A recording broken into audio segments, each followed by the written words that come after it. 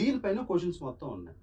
So, అంటే ఒక mentorship చేసే వ్యక్తి ఫస్టు ఒక పర్టిక్యులర్ ఏరియాకి సంబంధించి అంతా అట్‌లీస్ట్ ఒక 20, 25 సంవత్సరాలకు సంబంధించిన క్వెషన్స్‌ని ఫస్ట్ ఐడెంటిఫై చేసి, అందులో ఏది మోస్ట్ ఇంపార్టెంట్ అనేది తెలుసుకున్నప్పుడు, అది స్టూడెంట్‌కి చెప్తే స్టూడెంట్ యొక్క టైమ్ చాలా వరకు సేవ్ అవుతది ఇక్కడ.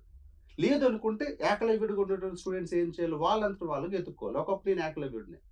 నాకు తెలియక జరిగిందిది.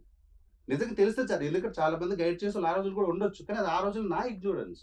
కానీ ఈ రోజుల్లో నా తపనేంది అంటే, నాలా ఎక్కువ టైం పట్టకూడదు. నీకు రావాలనుకున్న ఉద్యోగం నీకు త్వరగా రావాలి అంటే, ఇలా ఒక ఏరియాకి సంబంధించి ఎవరైతే క్షుణ్ణంగా పరిశీలిస్తున్నారో వాళ్ళ దగ్గర నువ్వు వెళ్ళినట్లయితే, ఆ మార్గాన్ని మనం త్వరగా వెతుక్కోవచ్చు. సో, ఈ మార్గం త్వరగా అంటే ఆ వితిన్ ద బౌండరీల సిలబస్‌లో, ఆ వితిన్ ద సిలబస్‌లో ఎంత త్వరగా ఎళ్ళొచ్చని చెప్పేది పీవైక్యూ. అయితే పీవైక్యూ అనేది మాత్రం కూడా సరిపోదు సార్. దీన్ని బేస్ చేసుకొని ఇప్పుడు మనం స్టాటిక్ మెటీరియల్ చదవాలి. బేసిక్ ఫౌండేషనల్ మెటీరియల్స్ అంటాం.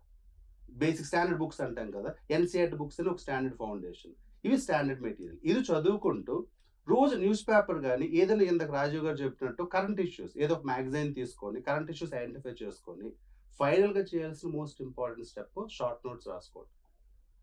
ఇవి 5 steps. Step number 1 understanding the syllabus.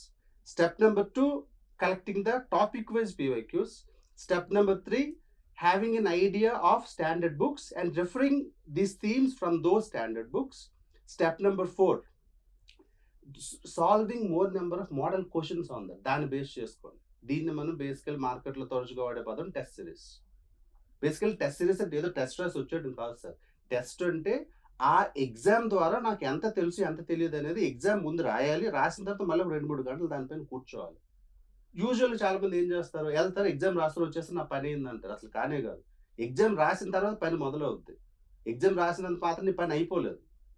దాన్ని ఈచ్ క్వెషన్ ఇది ఎందుకు రైట్, ఎందుకు రాంగ్ నువ్వు అనలైజ్ చేసుకోవాలి. అనలైజ్ చేసిన తర్వాత నీకు డౌట్ ఉన్న ఏరియాస్ అన్నీ ఒక చిన్న బుక్ పెట్టుకొని రాసుకోవాలి. This is what is called short notes. ఈ షార్ట్ నోట్స్ నువ్వు ఏ ఎగ్జామ్‌కి ప్రిపేర్ అయినా, ఆ ఎగ్జామ్‌కి ప్రిపేర్ అయ్యి ఒక 10, 20 రోజుల ముందు వరకు రెడీ చేసుకోవాలి. ప్రతిరోజు అందులో రాస్తూ ఉండాలి. ఆ షార్ట్ నోట్స్‌లో ఏముంటాయి? డౌట్స్ ఉంటాయి. అంటే నువ్వు ఏవైతే ఏరియాలో డౌట్‌గా ఫీల్ అవుతున్నావో, ఏవైతే ఏరియాలపై నువ్వు మర్చిపోతావు అనుకుంటున్నావో అవన్నీ అక్కడ రాసుకొని, ఆ ఎగ్జామ్‌కెళ్ళిన దగ్గరలో 10 రోజులు, 15 రోజుల ముందు అవన్నీ నీట్‌గా రివైజ్ చేయాలి. ఆ రివైజ్ చేసినప్పుడు ఖచ్చితంగా నువ్వేం చేసావు? ఎగ్జామ్‌కి ఏమొస్తాయి? థీమ్స్ ఐడెంటిఫై చేసుకున్నావు. స్టాటిక్‌ని చూసావు. మోడల్ క్వెషన్ ప్రిపేర్ చేసావు. డౌట్స్ ఉన్న ఏరియాస్ అన్నీ రాసుకున్నావు. ఇంత చేసి ఎగ్జామ్‌కెళ్ళినప్పుడు క్వాలిఫై అవ్వమా సార్? ఖచ్చితంగా క్వాలిఫై అవుతాం. సో, ఇది ప్రొవైడ్ చేయగలిగితే, ఇది స్టూడెంట్‌కి అర్థమయ్యేలా చెప్పగలిగితే, ఆ వ్యక్తి మెంటర్‌షిప్‌కి అర్హుడు లేదా అర్హురాలనేది నా పాయింట్ సార్.